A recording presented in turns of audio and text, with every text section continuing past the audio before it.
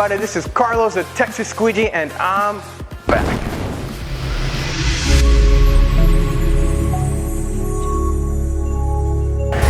Alright, so behind me, I've got the Tesla Model 3. Now this car has glass everywhere. Top, sides, I mean the whole roof might as well be one sheet.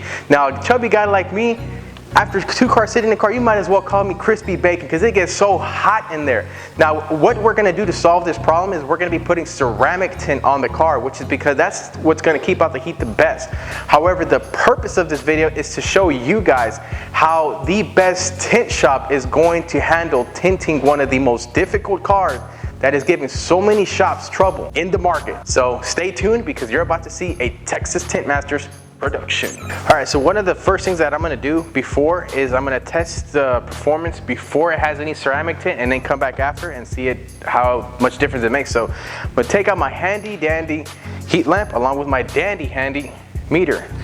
Now setting this thing on, I'm going to let it rest out here in the gasket portion.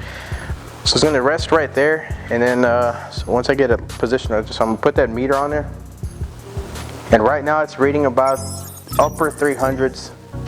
So this is without any tint. We're going to come back with ceramic tint, remeasure this thing again, and then see how much difference it actually makes. So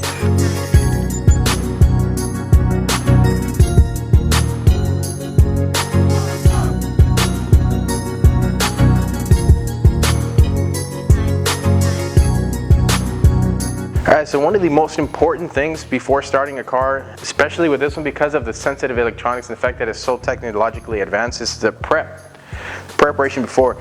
So this is what we do, because on these back windows you do a lot of leaning to reach the centers. So anything that you have here can scratch it.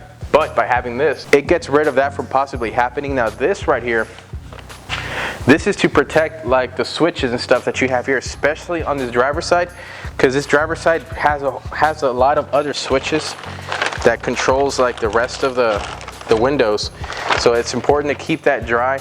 This car has a speaker right here as well, so we mask that off so that any overspray won't get that wet. Now another thing, a big thing about these windows, when you close the door, they come up. So you're not supposed to roll your windows down when it has fresh tint. So how do you avoid that? Well, I'm going to show you guys a trick. Get something like this. This is just my blade, but you can get like a push stick, and you come to the latch right here. What you're going to do is you're going to push this in, and it's going to spit this window because it's going to think that the door is closed. So you see it here, and now watch that window for the second click. See, now it thinks that the door is closed. Now the reason why you want to do that is on these bottom gaskets right here. Anytime there's some sort of tint peeling, is because there's a gasket that's lifting it. So if the film is cut below that gasket, and even at its highest it never goes above it, it's never going to peel. We're going to do that to all 4 doors. This back one, this is the impossible one that gives so many people trouble. With this one, we're not going to do this in 2 sheets, and we're not just going to do half. We're going to do the entire thing in one whole sheet of film. So that'll be an interesting one.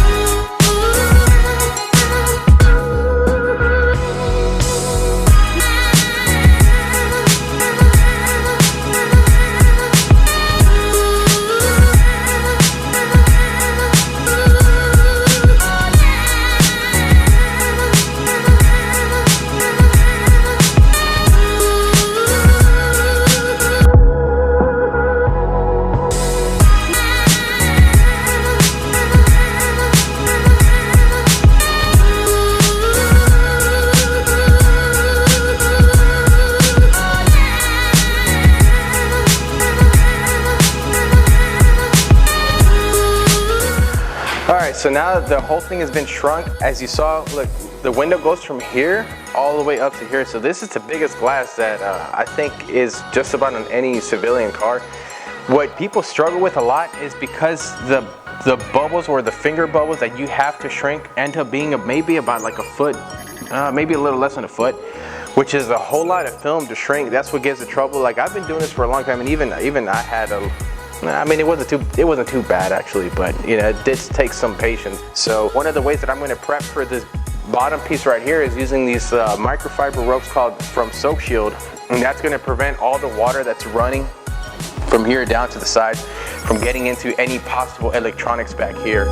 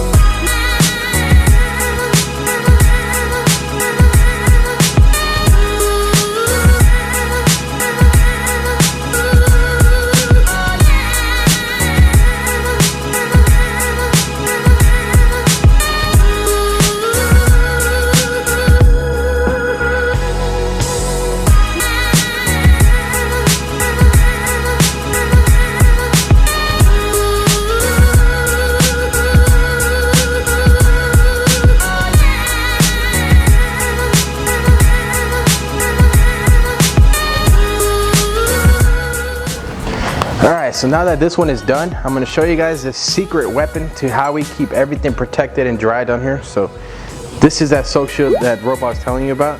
This is what catches all the water, and look how much water is actually in there right now. So look.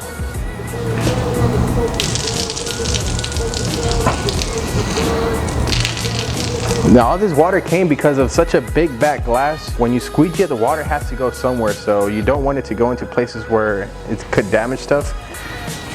This is where you want it to go, and this is why we use the soak shields to protect all the electronics on these Teslas, and we've never had an issue. Alright, so now that the car's been complete, before we take it out, we're going to measure the performance of the ceramic tint and then compare it to the one before it had it.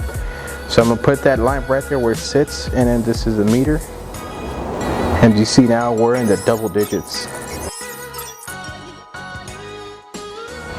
Alright, so now that the car has been done, let me take you guys a little walk around and see what we did to it. Now, the side windows, we're a fully computer cut tint shop, so side windows were done by our computer cut system. All we did was just come in, shrink them, and install them. One of the key differences that we did with this one that we don't do with other cars is the way that we squeegee the water is we go side to side as opposed to, you know, side to side and down. The down part is the part that we avoid. The reason why is because when you squeegee water down, the water runs into the door panels, so squeegeeing them outside, it pushes that water out here and it just goes straight to the ground. So that if there's any possibility of messing this down here, we completely avoided it. Now the unique things about these cars are these back windows. This is the windows that I see tint shops struggling with all the time. Either people would do them in two pieces, that would meaning like you do them in one here and then the second one here. Doesn't look very good because you could see the seam on the inside.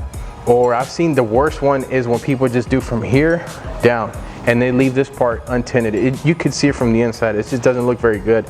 So this is the right way to do it, which is one whole sheet is complete. It doesn't look bad. It looks really, really good. It's the best way to do it.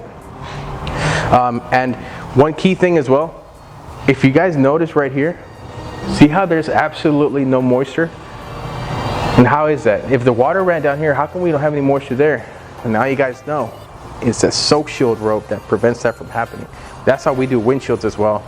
Now this one has got the 30% ceramic. 30% is not that dark. It looks dark because it has a black interior, so dark interiors make the films look darker. And then that's pretty much what we did to this one.